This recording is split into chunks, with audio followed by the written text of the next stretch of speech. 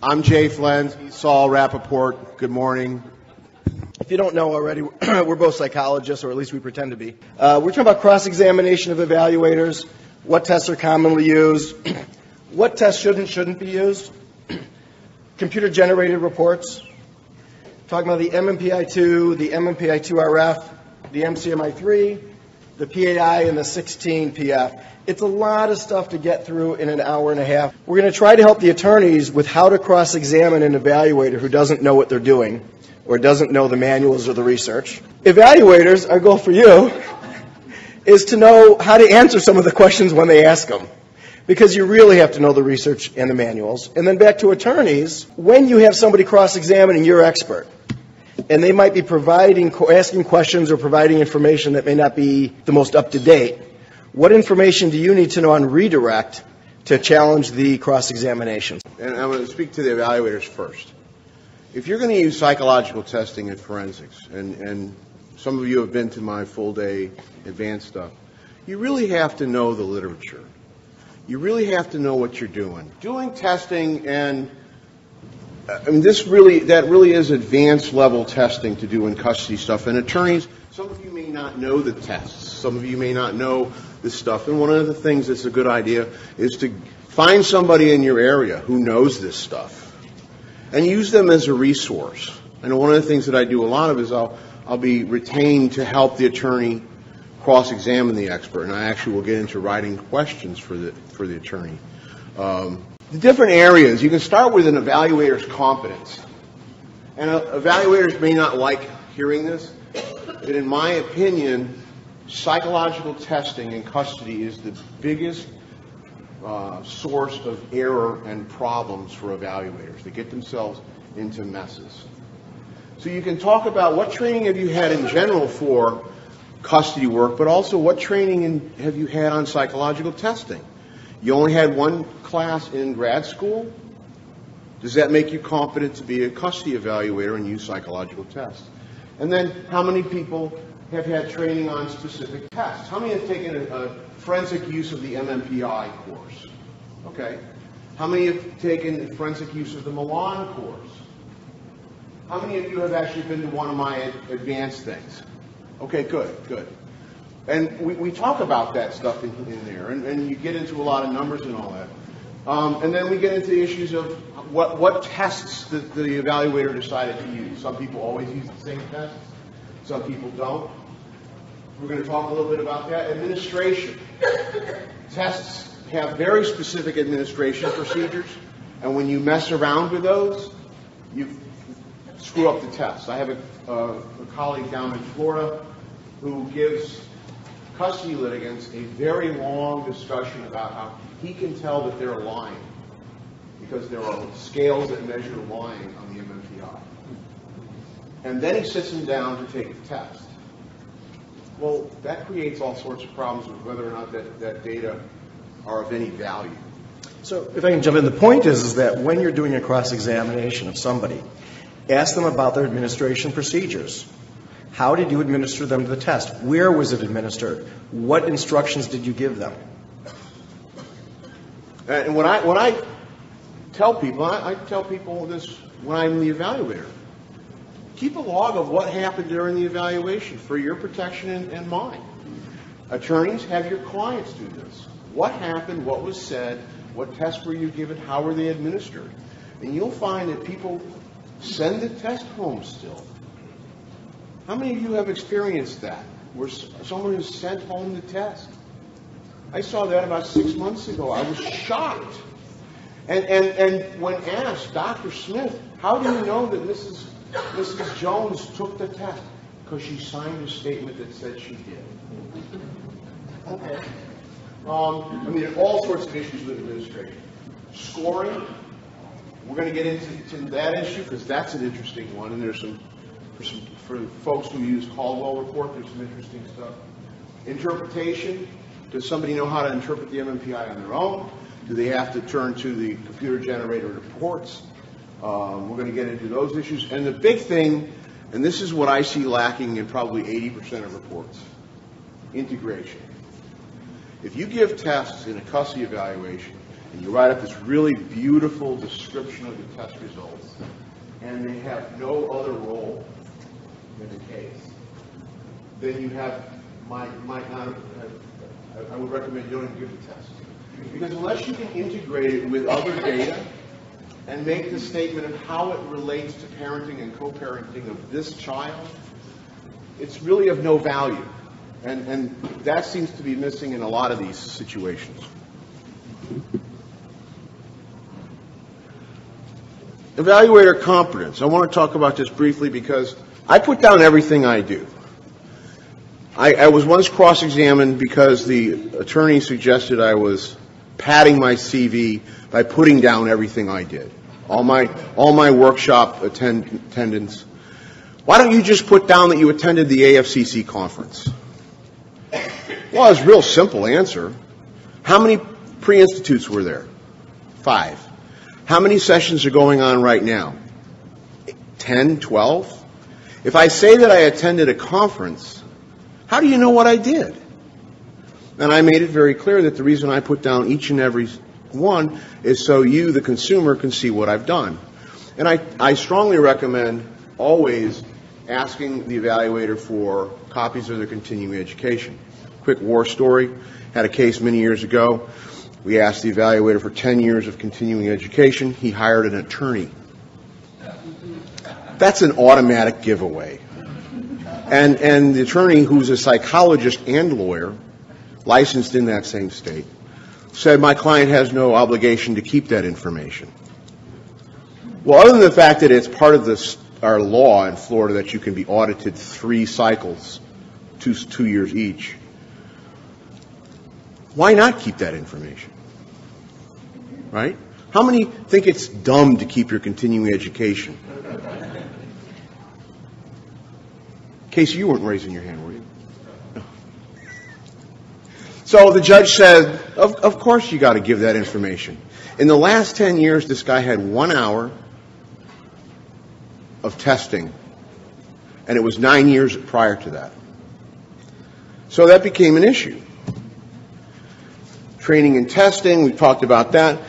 The history of your training. If the last time you took a course was in 1985 on the MMPI, what happened in 1989 to the MMPI? It was restandardized. So you have no training since 1985 on the MMPI.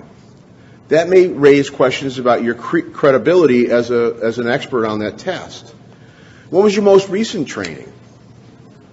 I mean, if your most recent training was 9 years ago, that's problematic. So again, I strongly recommend on cross-examination, you first get the CV and the continuing education.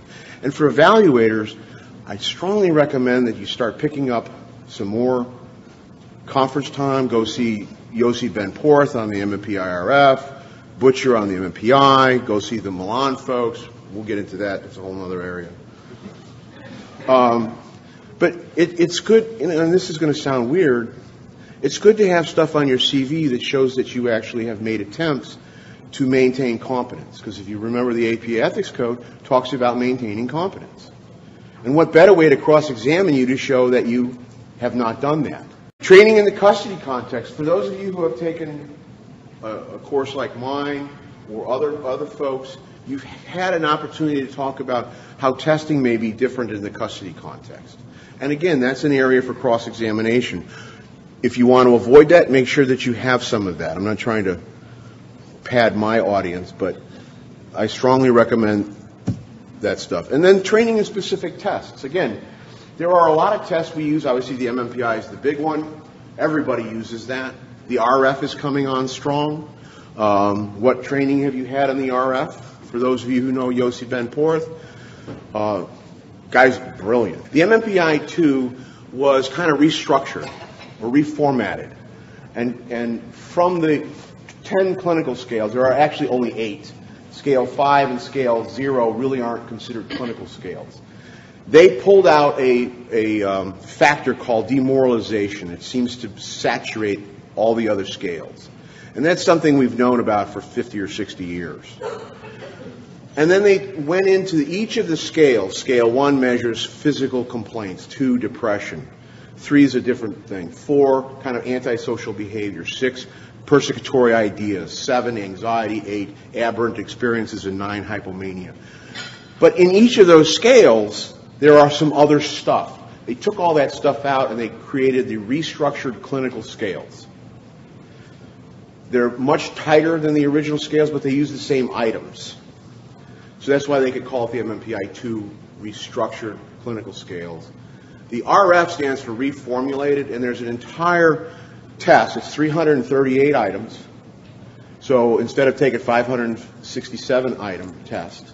And we're going to get into some of the details later as we go on that. This becomes a different test that you can give.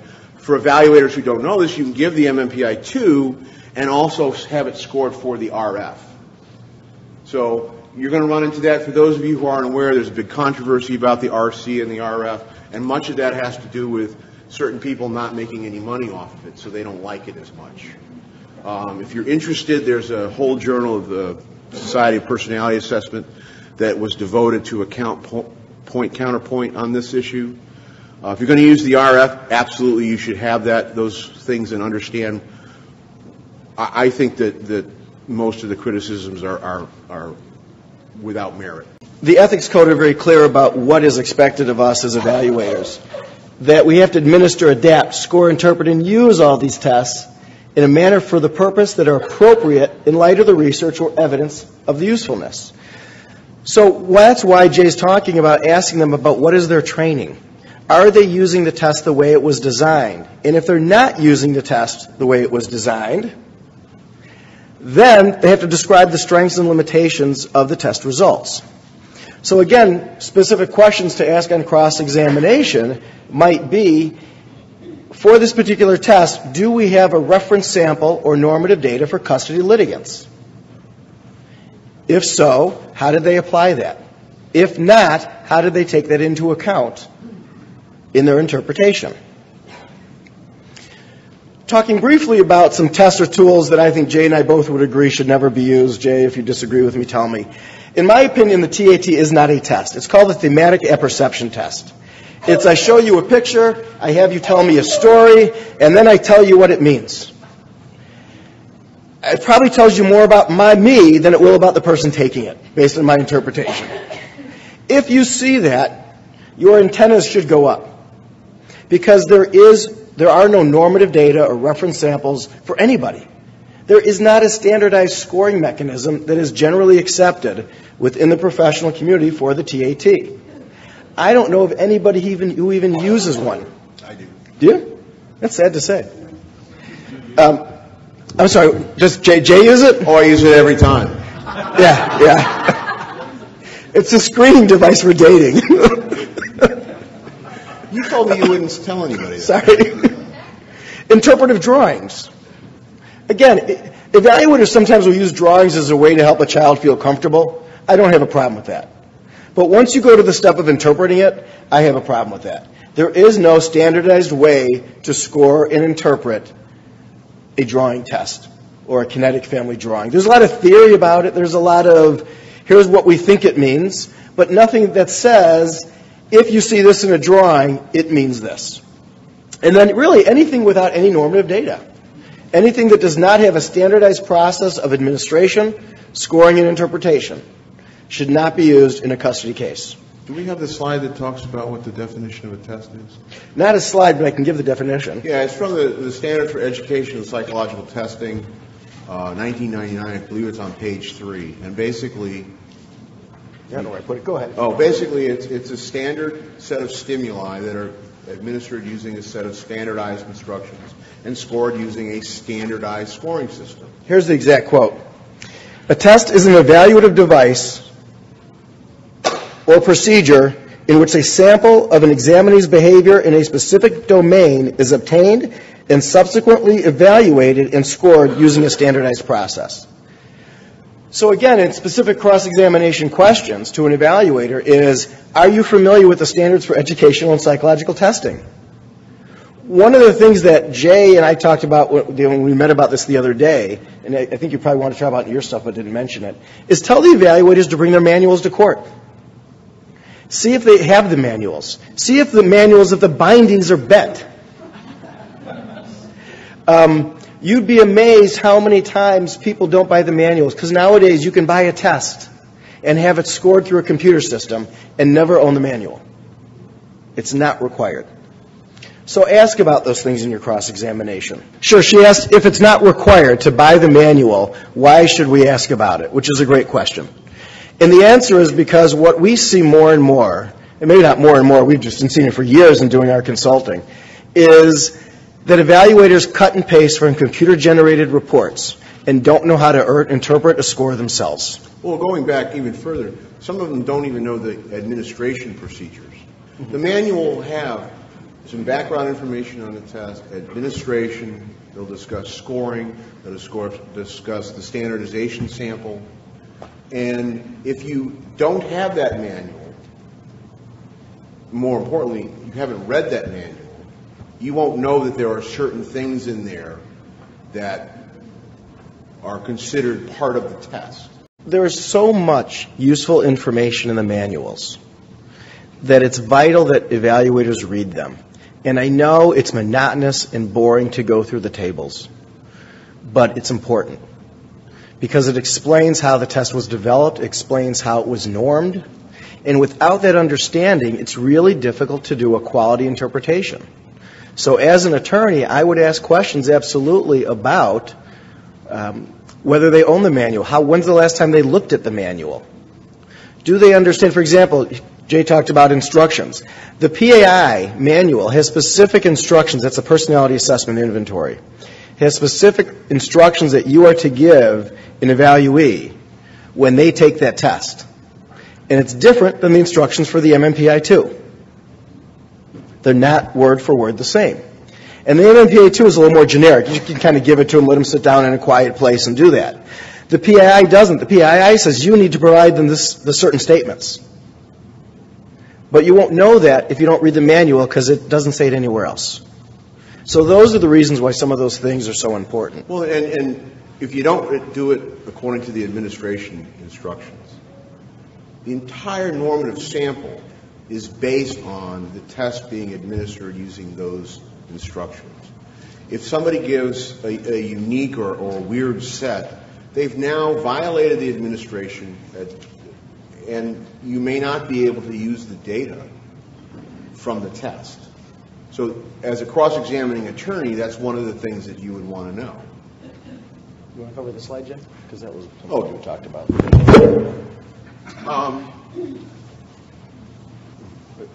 I had a lengthy conversation the other day with an attorney, and it was clear that we were misusing the term scoring. He was using interpretation. I was using scoring. Computerized scoring is great for a test. The MMPI, if you put it in yourself, you can have it check. It's called the verification process. Anybody use that process? I use it on every single one of my Pearson products. I don't send it in. I mean, you can do that, but personally, I do that. It's just I get the information right away. We're trying to have Pearson include a stamp on the front of the page that says verified yes or verified no.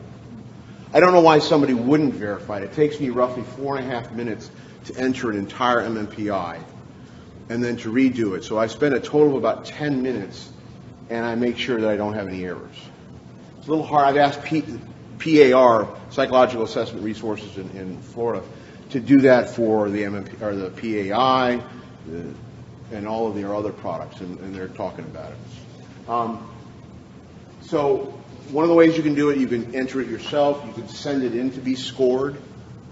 I had an attorney try to suggest that we should cross-examine an expert on whether the computer was not working right that day. Don't spend time doing that. That's a waste. The computer, it's unlikely the computer. There's a question. Okay, a question. What do you mean by verified? Verify is you put the answers in a second time to make sure that you have it'll catch any errors.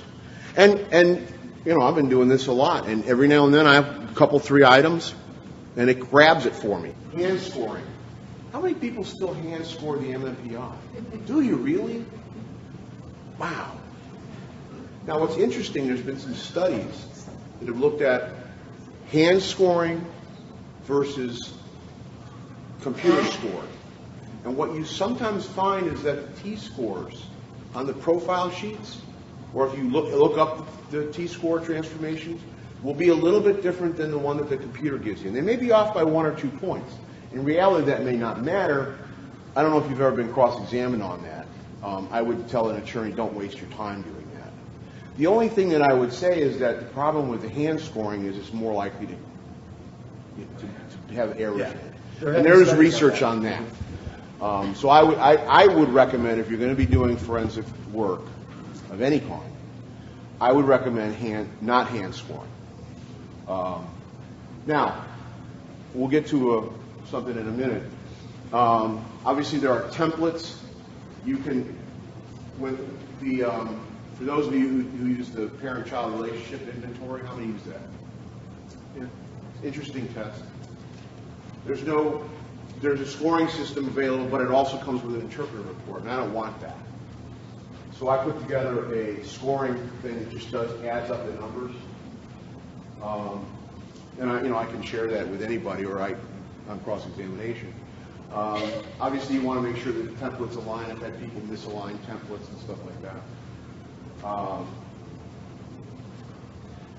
This last thing is very interesting. Error rates in computer scoring. We're going to come back to that. Evaluators have to know what type of data they're using for interpretation. The MMPI and PAI, obviously T-scores that have a mean of, a little louder, 50, and a standard deviation of. Thank you. But wait, can I jump in here, Jay, for a sec? The MMPI-2 and the RF use uniform T-scores, which also has a mean of 50 and standard deviation of 10. Do you know what percentile, if you get a 50 in the standard score, what percentile that is? Any thoughts? What would be logical? Mean of 50, standard deviation of 10. What would be the logical percentile if you obtained a T-score of 50? What percentile would you fall at? Right. That's not true for the MMPI-2 or the RF. It's 55%. This is why you have to read the manual. This is why, as an attorney, you should be cross-examining this, because you can nail a psychologist who says, well, a 50 means they scored at the 50th percentile. No, it isn't. And I've seen people who equate T-scores and percentiles. Can't do that. PSI-3 uses percentiles. PSI-4 uses percentiles and T-scores. And the MCMI-3 uses this thing called base rate scores. And if you can describe what a base rate score is, I'll give you $10. I want my $10. Well, it's interesting because I've watched people on the stand try to explain what a base rate score is. And it's uncomfortable to watch because it's a difficult process to understand. This is an interesting thing as to what's the cutoff scores, because we always hear about, well, it wasn't above a certain number. MMPI, percentiles, T-score greater than or equal to 65. How many people hold that pretty solid? That's the rule, that's what I'm going to use. Anyone willing to raise their hand? I had an evaluator who refused to interpret anything that was a 64, and there were 3 scales that were 64. Why? Because they were below the level of interpretation. How many of you watch political shows and watch the polling that comes out? What's that thing that they give you at the bottom? Error rate, margin of error, plus or minus. In testing, we have something called the standard error measure. And standard error for the MMPI is roughly about 5 points. You can calculate it differently. I want to give you the formula here. But a 64 is a 65. If you've taken my thing, you know that I put a score up and there's a band around it, 5 points either way. And that's at the 68th percentile. If you want to go up to 95, it's more like 9 points on either side. Why? Because the next time the person takes the MMPI, they may have different scores, because the MMPI is a very situationally based test. It's subject to how you feel on that day or how you've been feeling. So a 64 is not like your DNA stamped on your forehead. And so this is an interesting area for cross-examination. Doctor, I noticed that you didn't interpret this T-score of 64 correct. Isn't that the same as a 65? Well, no, there's a rule. There's a line. And like if you know anything about flying, you cannot cross from the taxiway onto the runway without explicit permission. I can't do this. It's illegal to interpret a 64. That's just silly. And in Milan, of course, there's some weird stuff here. There's the base rate score of 60 is really a median raw score, except for the hypomanic scale. 75 and above is the presence of a disorder, and 85 and above is the prominence of a disorder. And I've had people who purchase scores of 65 or 66 on a scale, and they interpret it. And ask, why did you interpret it? Well, it's a T-score of 66. They're not the same thing. Base rate scores and T-scores are not the same. You have to know, and Milan actually gives you some nice lines like on the MMPI. But if you find out that somebody is misusing the test, that's really I hate to tell the evaluators this, but attorneys, this is a great way to make somebody look stupid on the stand. That you don't even know the test that you're using and the level at which it really doesn't make the evaluator look good. So just remember that. So evaluators, here's how you can protect yourself. Make sure you know your test. How is the test interpreted? If you know the test, and knowing a test means knowing all the scale intercorrelations and the this and factor analysis, and it'll put you to sleep. But it'll make for a much more comfortable cross-examination when you are able to answer questions from a knowledge base. You can interpret a test. If I show you a profile and you can tell me what it means and what it doesn't mean, and how to ferret out different things, components from like somebody tried to make themselves look good, that has certain impact on the profile. So certain scales are going to be elevated or not elevated because of that. And knowing that information is vital. I call it computer-generated test interpretation. Everybody else calls it computer-based. It's generated by a computer, so I'm very concrete. Huge problem with computer-generated reports. Anybody? What's the biggest problem? It's based on a conglomeration. It's based on the average person within a normative group. Right. And we don't know what those algorithms are. Algorithm is basically if this score is at this score, but these are the following statements that go in the report. Now, I know Yossi Van Forth well enough to where I can call him up and ask him, can you explain to me on the MMPI how they came up with this set of statements? The RF, the nice thing about that, every single interpretive statement comes directly out of the manual. There's no black box, there's no Harry Potter wizardry at Hogwarts and all that. They actually give you the references in the computer-generated report. That's the only test that does that.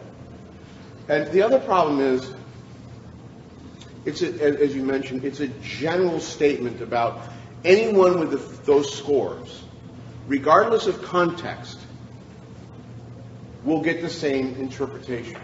Now, I learned a very valuable lesson day one of my internship, where I was handed an MMPI profile with a very high scale 8. And my mentor said to me, tell me what this means. I said, boy, this guy's probably got, some hallucinations and this and that and this and that. And he said, your grade for the day is an F. This guy had been in a burn unit. He literally had watched his skin dripping off of his body. It's kind of a psychotic experience if you think about it. That wasn't psychotic. He had very odd experiences. And so when we went into the Harris Lingos and all this other stuff, it was clear what he was doing was describing these oddity of experience which elevated scale 8. But I didn't know the context. So context means everything. Computer-generated reports. I had a case up in Chicago. It's the new standard for plagiarism. Everybody knows what plagiarism is, right? It's the 5th shortest APA section in the ethics code. Don't do it. There aren't exceptions. Don't do it. This guy took the entire interpretive report, except for 3 words, she, and her, and put the woman's name, Sally, in there. And in this case, Jay and I actually worked on it together in different roles. So I was the consultant, Jay was the evaluator. And this person used a Rorschach, and I have a computer software program called the Riot, which is there's 2 major software programs that will interpret a Rorschach. That's one of them. The other one's called Rorscan. So I purchased the Rorscan. It was about $500. I ran their scores through the Rorscan. The printout was identical to what Jay's saying, even where there's little headings. The headings were the same ones as in the computer-generated report. And what's interesting, and this is a good cross-examination, get the file. In New York, obviously, that's impossible, but get the file. And what's interesting in this case that Saul's describing, we tried to get the file. Guy sent us, we did all these tests. He sent us 22 pages, 10 of which were the report. Finally, we ended up getting all of the report. And what he had done is he had sent only the pages of the printout that had the numbers on it. He left out the pages that had the interpretive report. Obviously, for good reason. He was trying to hide the fact that he had plagiarized the entire thing. People will cut and paste statements. If you cut and paste a statement, 3 or 4 words that are similar, I would consider that plagiarism. If you don't cite it, it's plagiarism. If you say that Alex Caldwell considers it a consultation, it's not a consultation. He did not pick up the phone. He did not talk to you. He doesn't know anything about your case. Jim Butcher doesn't know anything about your case. Anybody else who generates these reports doesn't know anything about your case. Don't call it a consultation. You used it as an interpretive service, and you cut and paste stuff, and you put it in your report. If you want to do that and you want to cite it, the APA has a publication manual. It's real easy to do. I like to footnote. I don't like APA style so much. It's easier to read when you got footnotes. You can use endnotes or reference lists. But if you're going to quote something, quote it. Don't plagiarize. Don't pawn it off as your work. How about when, for mom, they take all the bad stuff, and for dad, they take out use all the good stuff. That can be extremely valuable cross-examination questions. Because you can say, Dr. Smith, you said mom has over-controlled hostility. Other than the fact that that's a ridiculous concept. that has no support in the literature. So evaluators, please do not ever use the OH scale. It's garbage. For attorneys, if somebody starts talking about mom over-controlled hostility scale, got a whole series of questions to ask about that. But I noticed that you left out that she seems to get along well with others, that she has very good reality testing. Why'd you leave all that out? And why did you put in only the good stuff about Dad? He has good reality testing, but he's violent at times. And he has serious substance abuse issues. Doctor, wasn't that one of the issues in this case, that Mr. Smith had a drinking problem? And the McAndrews alcohol scale here is elevated. What does that measure? Or how about the APS, which is really not a good scale, but the AAS, which says, I have a drinking problem. He answered yes to those. He has an elevation on it. You didn't mention anything about that. One of the great questions to ask when they're using information from a computer-generated report is how did you decide which statements to include and which statements to leave out? Yeah, somebody's making those decisions. And again, very uncomfortable cross-examination. In the Milan, please don't use that test. Jay, we'll debate this one later. In the Milan, it'll often give you, for the standard, for attorneys who don't know this, Milan is supposed to measure personality disorder stuff and some symptomatic stuff. We'll get into all that. it always gives 3 typical scales. The interpretive report always says this is either a well-adjusted adult, blah, blah, blah, blah, blah, or, and this is where sometimes the evaluator for mom takes the or she's a horrible, rotten person. For dad, oh, he's just a well-adjusted adult. The same printout, they grab different paragraphs. So, great way to cross-examine is on the use of computer-generated reports. And you can say to somebody, it says comparison to group mean data. Could you show me what scores led to that statement? How many people could answer that question? I can't. In the Caldwell report, he uses different scale names. Over-control hostility is one of them. The PA3 naivete is moral righteousness. And so what you'll see is that in some cases, people will describe, mom has moral righteousness. I'm guessing that's probably where they got that. Attorneys always get the file. Always compare what's in the interpretive report to what's in the evaluator's report. Jane, you had a question? What is your view of the Caldwell report compared to Pearson's? My view of the Caldwell report compared... I'm repeating it. My view of the Caldwell report compared to the Pearson. Do we have that? It'll be later. Okay. Yeah. There's some slides here that show some scoring problems. There are 2 people allowed to score the MMPI. Pearson and Caldwell, or not Pearson. That's what I call it. Pearson or not Pearson. These are the sci-fi scales. If you'll notice, you start down the raw scores for each side. You start seeing some differences. A 4 or a 3, a 22 or a 7. That's a lot of difference. How could there be such an error? A 7 or a 22. Then you go to the T-scores. Like for the disconstraint, a T-score of 59, a T-score of 42. What does the manual say for a 7? 42. What does the manual say for a 22 and 86? That's a huge discrepancy. These data were verified and then hand-scored individually to make sure there weren't any errors.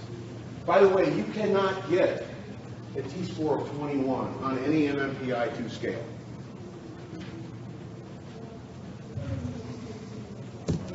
Whoop, wait. There. Same situation. A T-score of 11? It's not possible. Disconstraint of 20, raw score of 9. A 20 would be, I think, a 79 T-score. So, Jane, to answer your question, that's one of the problems. The other problem, for those of you who don't know Alice Caldwell is a brilliant psychologist, knows more about the MMPI than Dones has pills. For those who vote for me.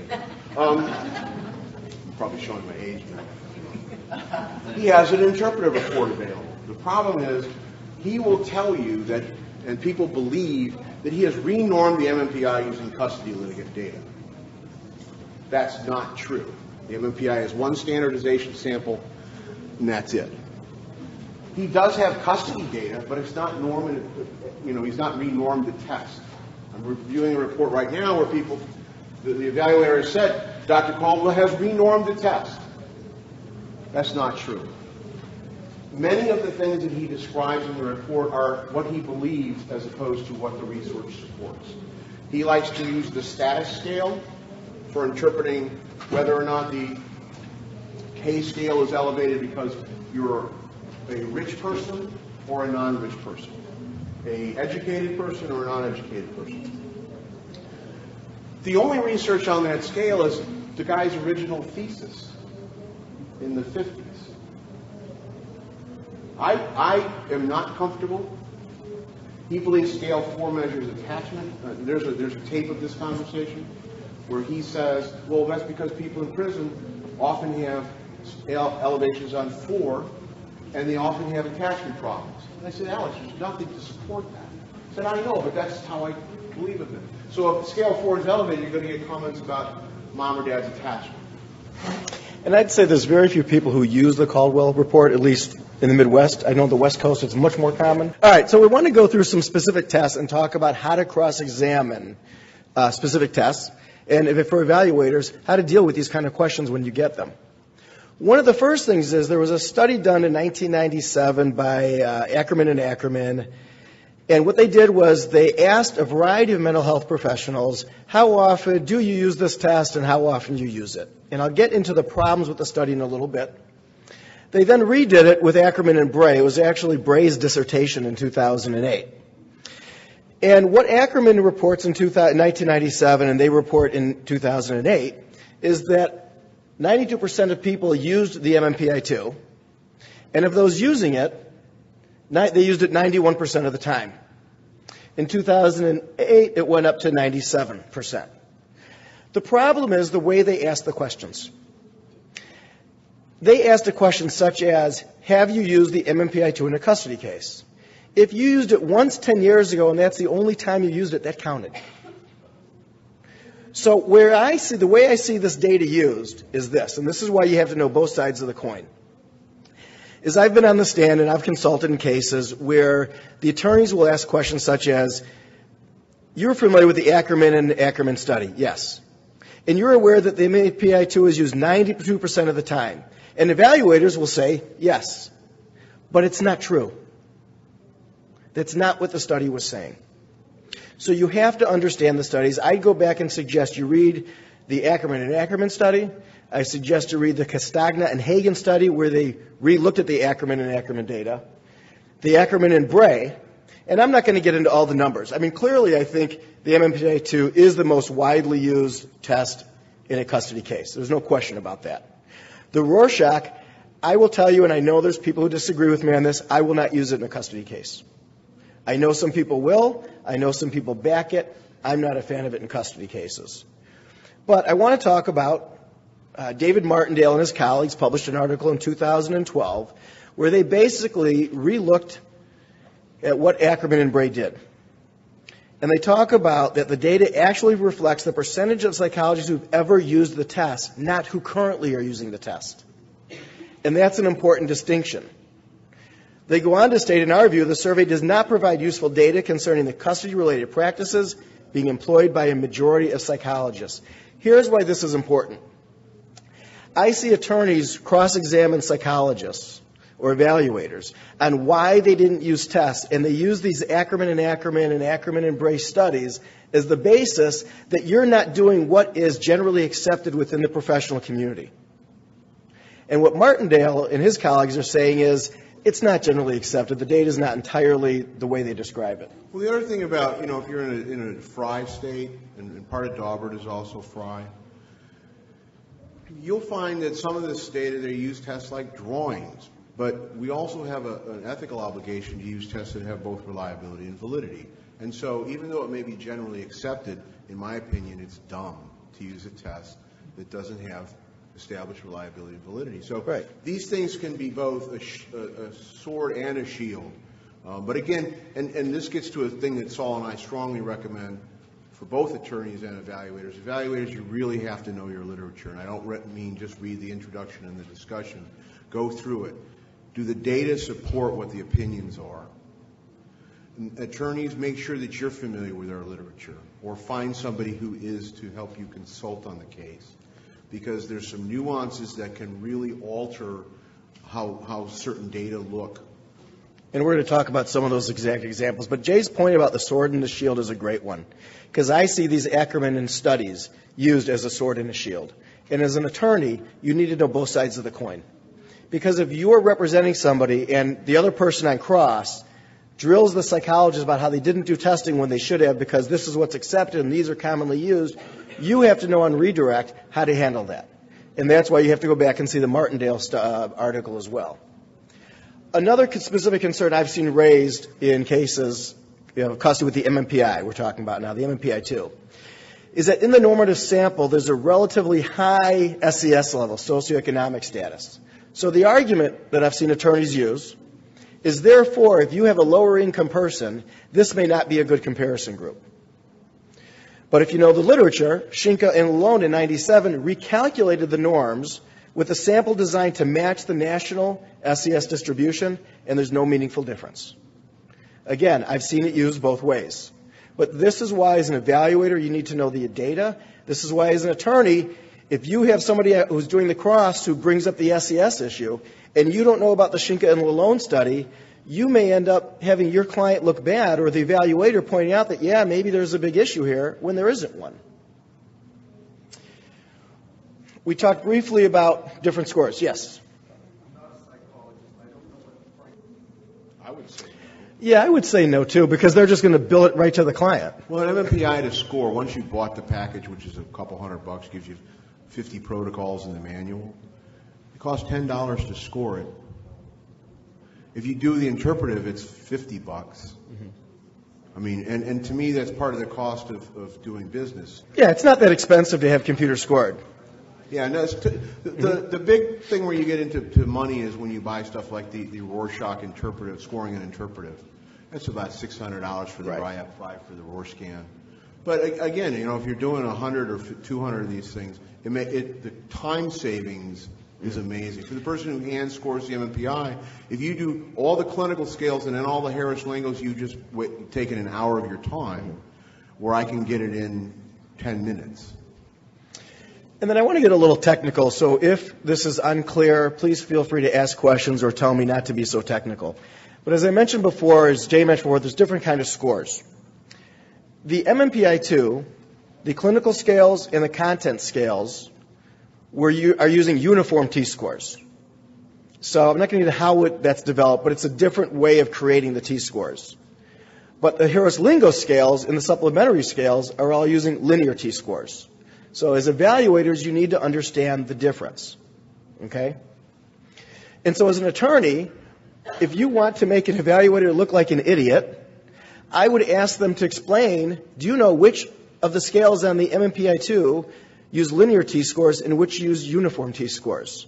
Very few people will know that off the top of their head because they don't read the manuals. Fair enough. I think that's a great, fair statement to make. I apologize. I wasn't trying to be insulting. What I am trying to point out is that I do think there's a rationale for getting to get an understanding of whether the evaluator understands the test and how to interpret it. And knowing the difference between linear T-scores and uniform T-scores, I do think is important for that. Absolutely. Let me add something to what you just said. Mm-hmm. The statement was, if you get into my territory, being the psychologist territory, I'm going to beat you. I would also say that that's not entirely true. I do review work around the country, and I see a lot of evaluators who, and I appreciate the comment from the back, I see evaluators who can't spell MMPI. You laugh. When you ask them to tell you what that means, they don't know. And so, if you have an attorney who's somewhat skilled and they have a consultant, the evaluator is not going to win that battle. And my suggestion to the evaluators is, and I've made this plea every time I've presented, know your stuff.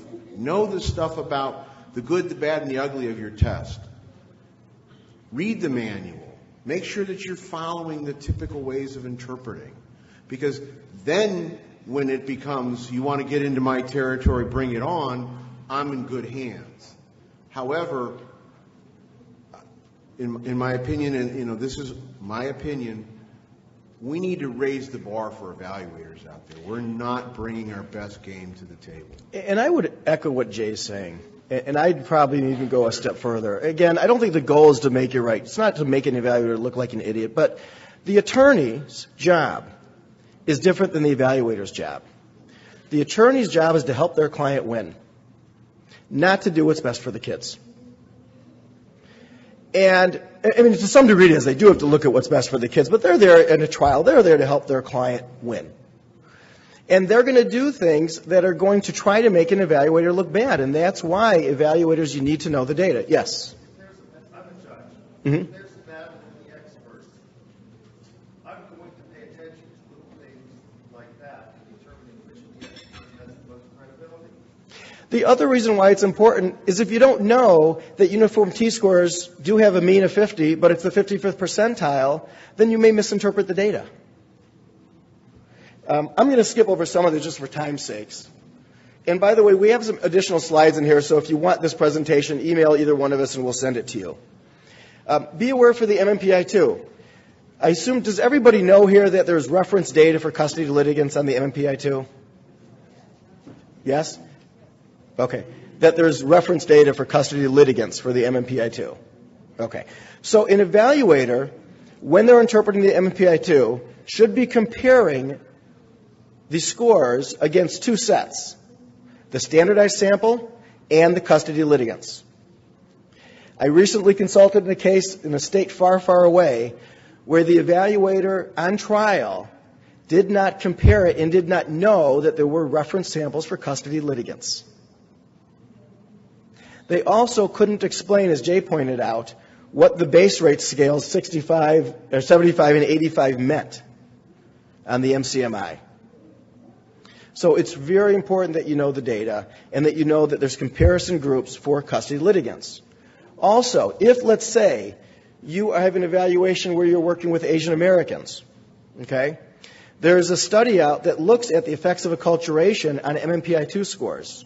So you can actually compare somebody who's Asian American not just against custody litigants, not just against the standardized sample in the manual, but against Asian Americans with different levels of acculturation, because the scores look a little different. And understanding that context is important. You get into an interesting question of definition. And if you define Asian as Asian, including everyone, as opposed to Asian being from the Philippines, South or North Korea, they're very different. So, that's one of the things that you have to consider. But again, knowing that there's research and also knowing that there are issues with that research is very important. Mm-hmm. The witness stand is not the place to get an education. The witness stand is the place to show that you have an education. So Jay mentioned with the MMPI-2 the over-controlled hostility scale. Do people know how that was developed? Can I do this one? To me, this is the most misused scale on the MMPI. The over-controlled hostility scale was developed by Ed McGargy from Florida State University back in the 50s, 60s. There was some issue as to why people who had no apparent anger issues all of a sudden went and killed somebody. And so the original concept was that there was different kinds of anger that's instrumental, or anger that, in this case, is over-controlled, that you're controlling it and then you snap. And the concept behind the over-controlled hostility scale is if Shangle goes out tomorrow and kills somebody, and she's not an angry person most of the time, why did that happen? So now we give her the MMPI. She scores high on the OH scale. It must have been that she had over-controlled hostility. Did you see the sequence of events I just went through? Post-diction. Not prediction. Post-diction. Now, the OH scale is very commonly elevated in custody litigants, T-score of 60. Very common. It's also highly correlated with L, K, and S, and all the other scales that measure faking good. What's interesting is McGargy originally said it's unrelated to desirability. Well, if you look at the original study, it correlated 0.62 with L and 0.5 with K. For those of you who don't know, small, medium, large, those are large correlations. Okay? So in my opinion, and I'm actually doing a paper on this, because I would like to see Pearson remove that scale from the extended score report. If you look at the literature, you often see scales 3, 4, and OH talked about together.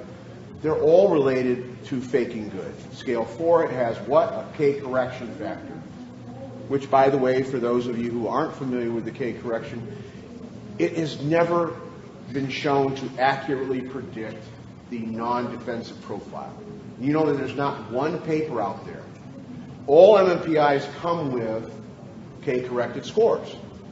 It's been demonstrated, and Butcher has, in a paper that he did with Hahn on the superlative scale, says K is not a good thing. It actually attenuates the validity, not accentuates it. Scale 3, how many people know on scale 3 there's two pieces to it? Half of the items overlap with scale 1. The other ones correlates highly with LK&S, HY1, 2, and 5. Little subnote, knowing the test, look at these tables. You know what the highest T-score you can get on HY1? A 61. So people say, well, it wasn't elevated. It couldn't be higher.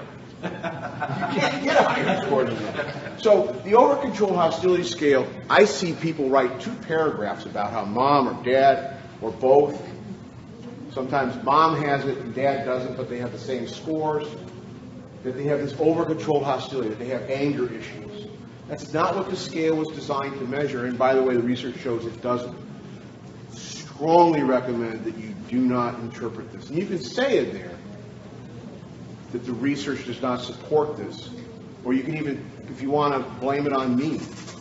That's what Flens said, don't interpret it. So be very careful with that. Okay. And Jay mentioned something we're going to get to in a sec, which was about the case scales. We're going to skip a whole bunch of things because we want to get into some other tests as well. We're going to skip the critiques on the MMPI-2 RF. My view, and you can tell me if you disagree, is I think the RF is an excellent test. I think it has a lot of potential. It is still relatively new, but the way the test was developed, it's a more pure measure of what they're trying to measure. Would you agree, disagree? I think it's a great test. You can use it. Know the literature, know the pros and the cons. There are custody reference group data available, 4 different samples. They all show literally the identical profile across 4 different samples. When you get the RF score, you can have the reference data for custody litigants put on there. That's my data set. If you use the other 3, they would look identical. Fake bad. Typically, do you mean the F scale and the MMPI-2? You mean the FBS? Is that the one you're talking about? Because there's on the MMP. So a couple slides back, there was some discussion about the fake bad Yeah, scale not being excluded because it was prejudicial. Well, the FBS scale is now called the symptom validity scale. Paulese Haley came up with this, and it was essentially to measure over-responding of certain kinds or over-reporting of certain kinds of. Wait, you got it? Here's the slide. Yeah. And there have been numerous evaluators who have used it and basically say this person is malingering based on the fake bad scale. And this is not the F scale, so people understand that that's different than the F scale. It's the FBS scale. And that, to me, is not an appropriate use of the test. Hold just a second. And there's been some very interesting research on what cutoff scores. The problem is the way in which you interpret the scale should be, it's a measure of over-reporting, not of malingering. The reason it can't be a test of malingering is malingering requires that you have secondary gain. I don't know if you have secondary gain. I can guess based on the fact that you're in litigation and you'll get a lot of money for this or whatever. But I can say you're over-reporting. I think it's over-interpreting to say that you are malingering. Correct. Now, I've been involved, I watched one challenge to this where Butcher and Yossi Ben-Porth both testified at opposite sides. The FBS was thrown out because of the way the evaluator used it, not because of he made the statement this person is malingering, and it was based on that score alone. There's a question in the back. Yes. Yeah. Oh, the question was, what is the fake bad scale, and does it really measure faking bad? And it's not measuring malingering. Absolutely. Right. We're sorry. You No have problem. a question? I'm just going to say that is totally rational, psychological, Right.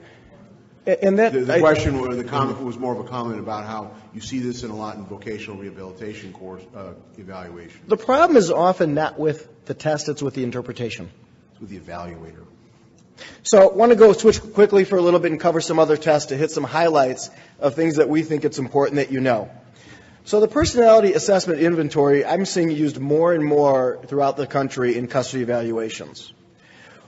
there's validity scales, just as on the MMPI-2 and a lot of other tests. And I want to talk about a couple of them in particular, specifically these.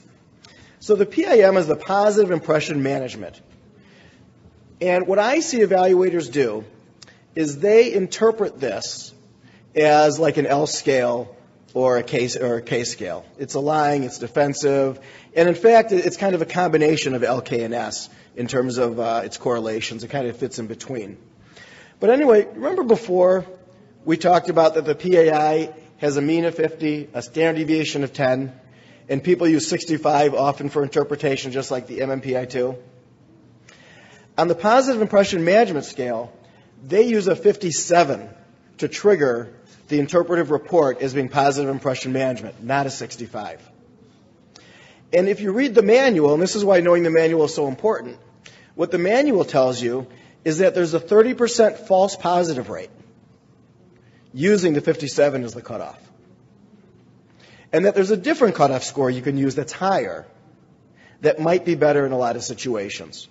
So what I see evaluators do is they report that this person was defensive because they had an elevation on the PIM scale. And then in my consultation, I will ask the attorney to ask them these questions. What was the score on the defensiveness index and the casual discriminant function?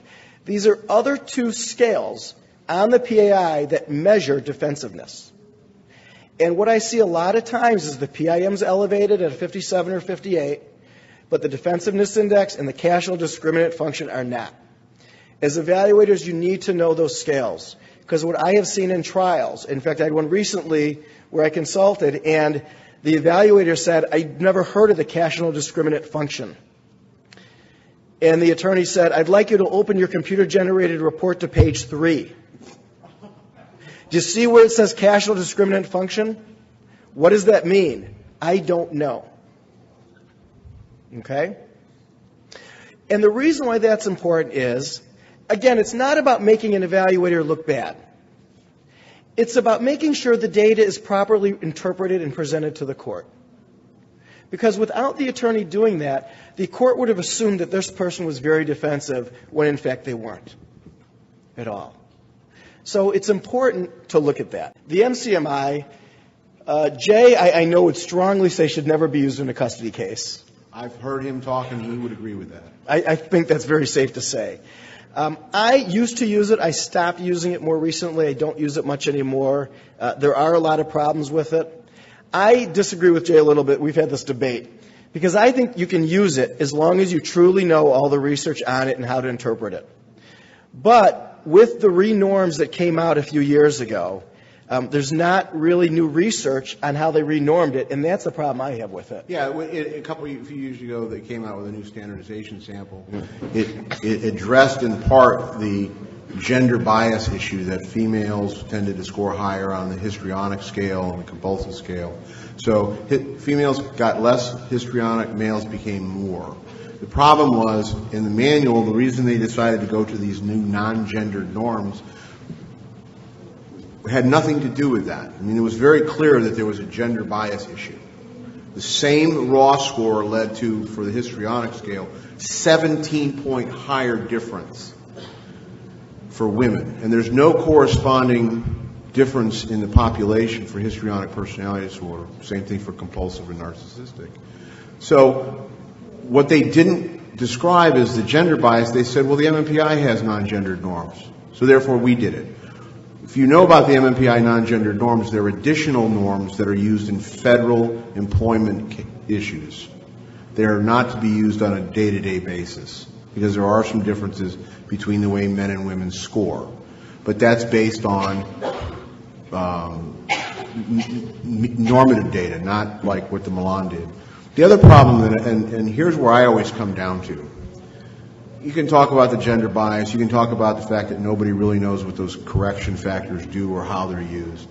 The reality is the research on the histrionic scale and the compulsive scale do show that those scales are not measuring histrionic or compulsive. And we're going to get into that.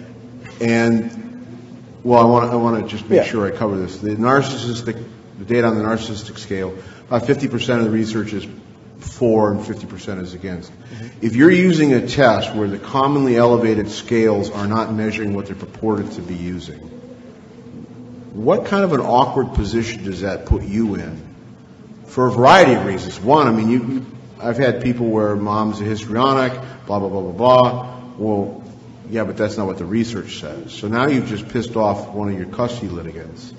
So I want to get into a little bit of the MCMI computer-generated report. And this is where, again, it's so important to go back and read the manual. So this is from the manual.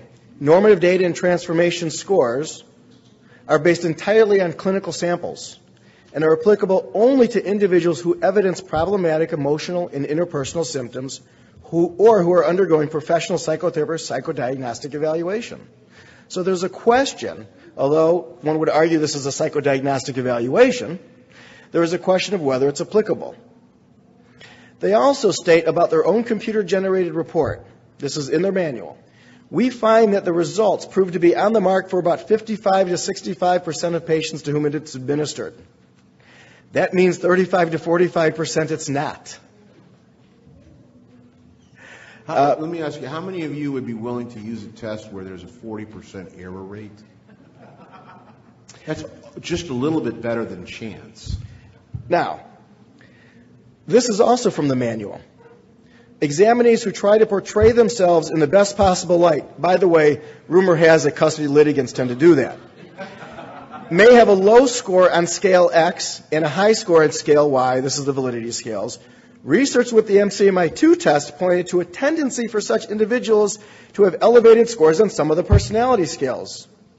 Depending on whether they wish to appear cooperative, self-confident, or conscientious, they may peak on the dependent, narcissistic, or compulsive scale. There's more. Oh, let's find a good one, because I want to find you my favorite one. Oh, the information contained in each interpretive report represents a series of tentative and probabilistic judgments, not a set of definitive statements. More the reason why evaluators should not cut and paste. If it looks like they're cutting and pasting, I'd go to page 7 of the new manual and pull this out. I'm going to skip that. This is one of my favorite ones. Narrative analysis, so this is about their own computer-generated report. Narrative analysis of patients who are experiencing ordinary life difficulties or minor adjustment disorders will tend to be construed as more troubled than they are. And conversely, those with the most serious pathologies will often be portrayed as being less severely impaired than they really are. So it's important to understand that the computer-generated report that the MCMI generates has a lot of problems with it. I think both of us have a strong belief that people should not be using the interpretive reports of really any of these tests. They should be interpreting themselves. One of the things that I want to make sure that we're all on the same page with, that when you use testing is used to generate hypotheses about an individual. Because what we have, the research that we have, shows that certain groups score a certain way, or that scale 2 seems to measure depression. So mom or dad scores high on scale 2. One of the theories, one of your hypotheses could be that they're depressed. We don't know whether that's a chronic depression, situationally depressed because of the litigation, but it's a hypothesis. Your job as an evaluator is to look for other data that either support that hypothesis or don't support the hypothesis. And obviously, if you know your stuff, you're going to say, well, I'm not going to use necessarily data from the same test, because if you use the scale 2 on the MMPI and the depression content scale, and I mean, now you're getting into contaminated data. So you're going to look, does this person describe themselves as depressed? Do they look depressed? Are they in treatment for depression? If the answer to those is yes, then you have support for your hypothesis. When people use interpretive reports, they're saying mom is this way, not mom's testing suggests the following hypotheses. And so attorneys should be asking, what are the hypotheses that you generated from this? And a lot of evaluators are not quite grasping that concept. Dyer in 05 had a really nice chapter, and one of the things he talked about is that the manual makes it clear that the use of the narrative printout should be restricted to individuals who have already been diagnosed as having psychological problems, but that the profile report as scale scores is useful as a screening device. That's from the manual, in essence.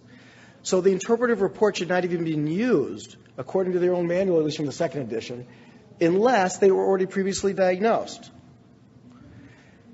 The manual also states that the test was developed and normed using a group that is far different from child custody litigants.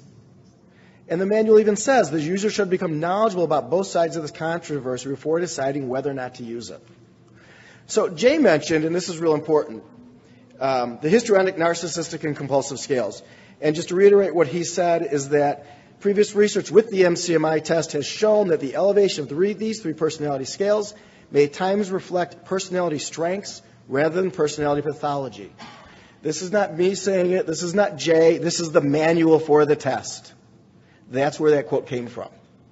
So they're telling you it themselves. One of the things, if you look at the manual and you look at the scale correlation matrix, you'll see that the desirability scale, the scales 4, 5, and 7 correlate positively with each other and negatively with every other single scale in the Milan. That in and of itself should tell you maybe we're not measuring psychopathology with these three scales.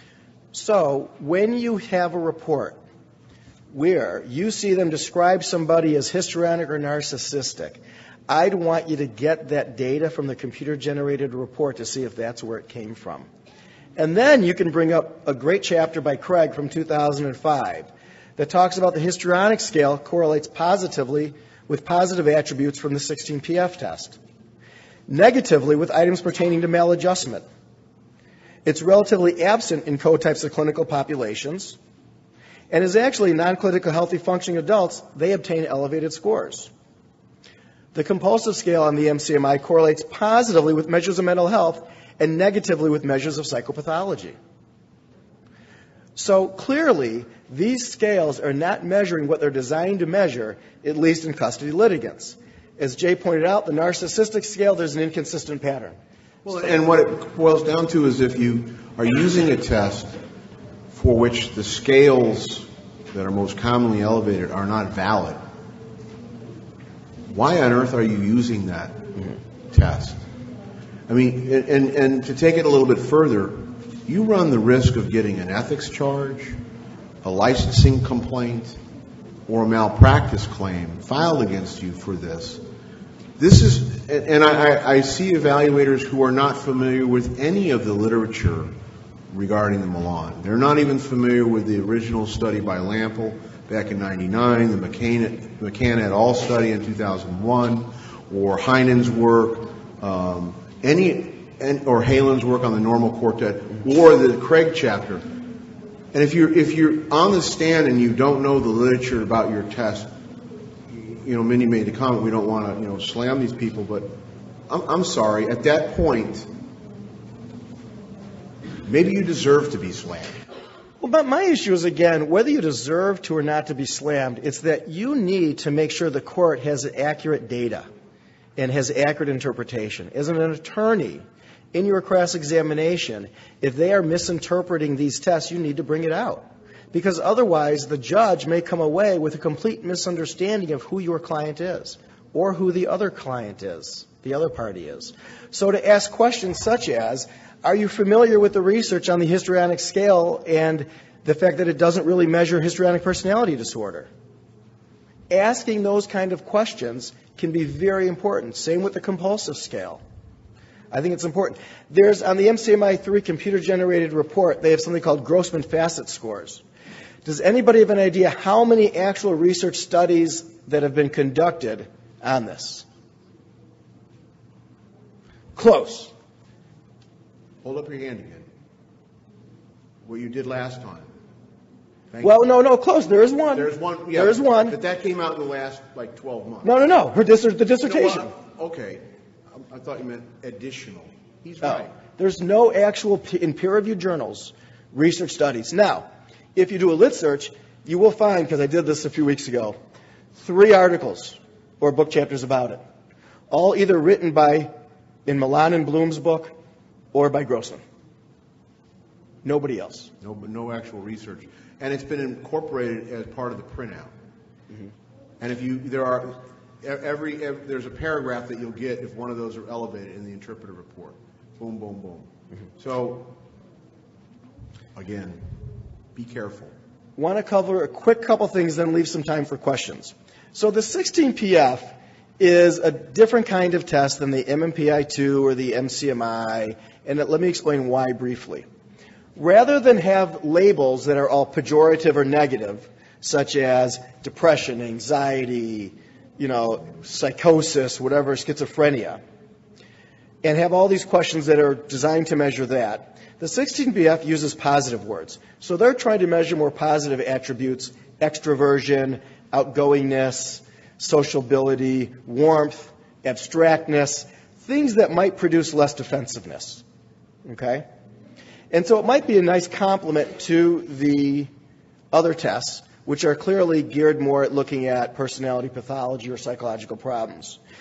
There is no data, or has been no data, for comparing these people in custody litigations to other custody litigants. So Jeff Siegel out of Texas and I have been working on this for a couple years. This is part of the data. These are some of the scales, by the way, just so you know what the 16PF measures. There's a global factor called extroversion, anxiety, tough-mindedness, independent self-control. You can see the two meanings on a scale. If you score on the left side, what it means. If you score on the right side, what it means. Same thing here for primary factor scales. If you notice, they're not pathology-oriented. So they're about warmth, reasoning, emotional stability, liveliness. Are they real conscientious? Things such as that. Jay mentioned T-scores and BR scores. This test uses something called STEN scores. They range from 1 to 10 with a mean of 5.5 and a standard deviation of 2. And they tell you what's considered low, high range, average range. The standard error of measurement is about 1. This is of 100, and I believe it's 38 custody litigants compared to the norms in the manual of the raw scores. And what you will see is, for the most part, custody litigants look fairly similar to those in the normative sample. There's a couple in the raw scores where they're not as much. We haven't converted all of these to the STEN scores yet. For the mean STEN scores on those global factors, extroversion, anxiety, you'll notice they're very similar except for the anxiety one. The custody litigants tend to report much less anxiety, which is really saying they're, trying to minimize that difficulty in that area because they obviously want to come across positively. But that's really the only one that there's a big significant difference on. Otherwise, they look pretty good. And then let's look at males versus females within the custody population. It's almost identical. So men and women who are custody litigants tend to complete the 16PF in almost the same way. Men and women on the STEN scores for the global factors, almost identical. And the most interesting one to me is the validity scales. This is male, female, just in custody litigants. It's about the same. This is comparing the custody means versus what's in the manual. And what you will see is on the impression management scale, which is the first one, it's almost identical. So custody litigants, or it's not almost, but it's fairly close. Custody litigants aren't really reporting, or aren't really much more defensive on this test compared to, I think, some of the other personality tests that are a little more pathology-oriented.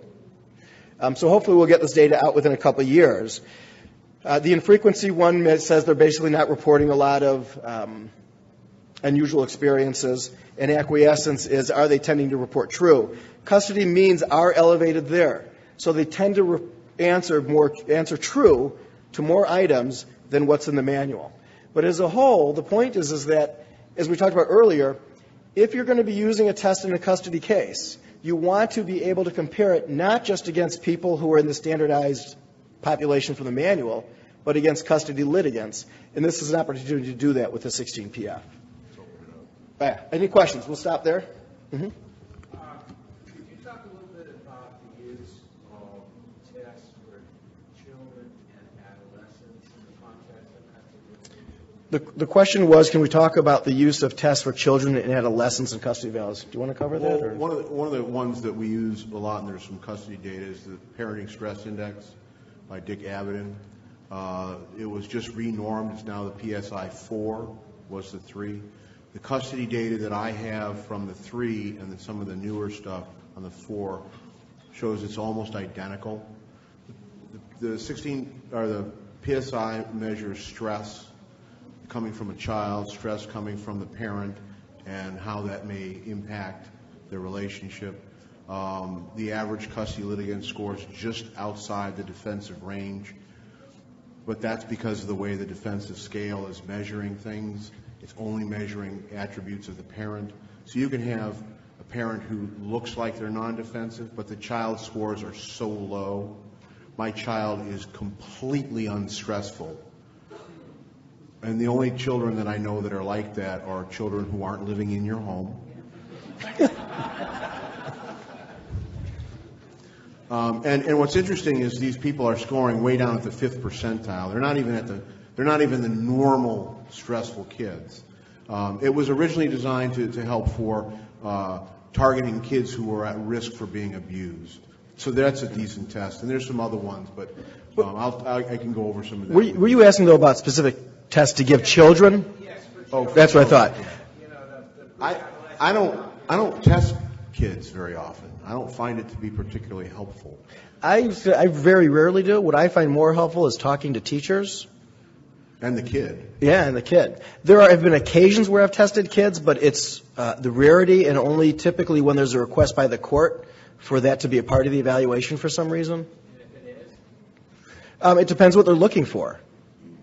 anxiety and depression. Yeah, I would say I personally don't think that many of the tests out there are particularly worth going to court with. There's not, for young kids, there's not a lot out there. I mean, for older kids, you could give an anxiety inventory. There's the Reynolds Depression Scale for depression. There's the Children's Depression Inventory. So there's some other ones out there. I've never seen anything that has any kind of data with custody litigants or kids who are going through custody disputes for it. Other questions? You had a question over here? For the MCMI-3, one of the things. Yeah, that's a good question. It's about the paranoia scale on the Milan. Similarly to the MMPI-2, there are items that could be based on the context. Someone's trying to hurt me, someone's trying to follow me, someone's out to get me, someone's saying bad things about me. In highly conflicted cases, high conflict cases, you are going to see people endorse those kind of items.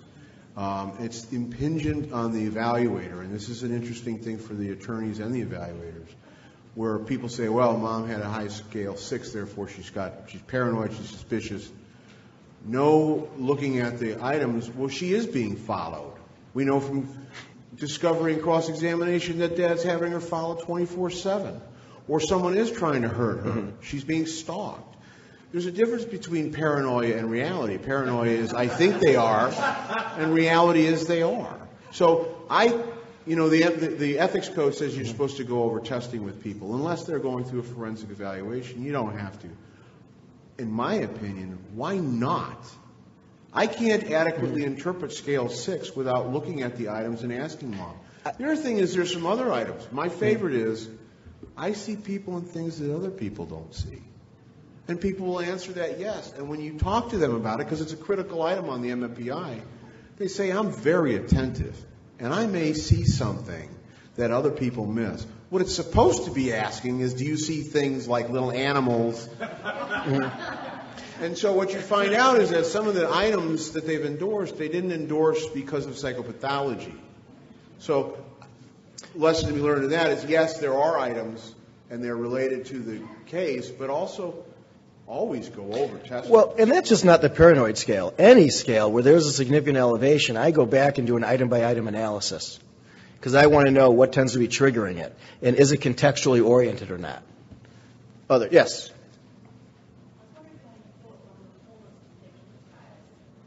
The Paul House deception scales. I see it used at times in custody disputes.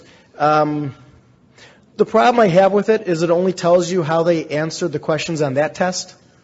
It doesn't tell me anything about how they are in any other test or how they are in other situations. And that's how it's often misused. I have some people down in Florida who use it, who all the tests that we use, like MMPI, Milan, they all have these validity scales. And you'll have people who aren't faking good, but then they take the polis, and the evaluators decided they fake good on all the tests because they're shown on the polis to have impression management or whatever. That's not an appropriate use of the test. Right. The problem is, Well, there's overreaching the data. well, you also have to assume that mom and dad are coming in and putting on their best show for you, and that's going to affect their data. They're going to affect who they give you for collaterals, the records that they want to give you. They're going to try to give you the best show possible. And my belief is sometimes, do we really even need tests to figure that out? That's the other thing. Like in the jurisdiction where I do most of my work, we can't do testing without the court's permission. So as a standard part of it, testing isn't done unless we request it because we feel we need it, or the judge asks for it because there's a clear issue being raised. But I think going back to answer your question directly, the issue with the policy deception scale is people misinterpret the data. They apply it to beyond the test, when really it's just saying, here's how they completed this test. We don't know that this is how they are in every aspect of their life. All right, we have to end, but we will stick around if anybody has any questions. More questions. Anybody got any more? We'll stick around.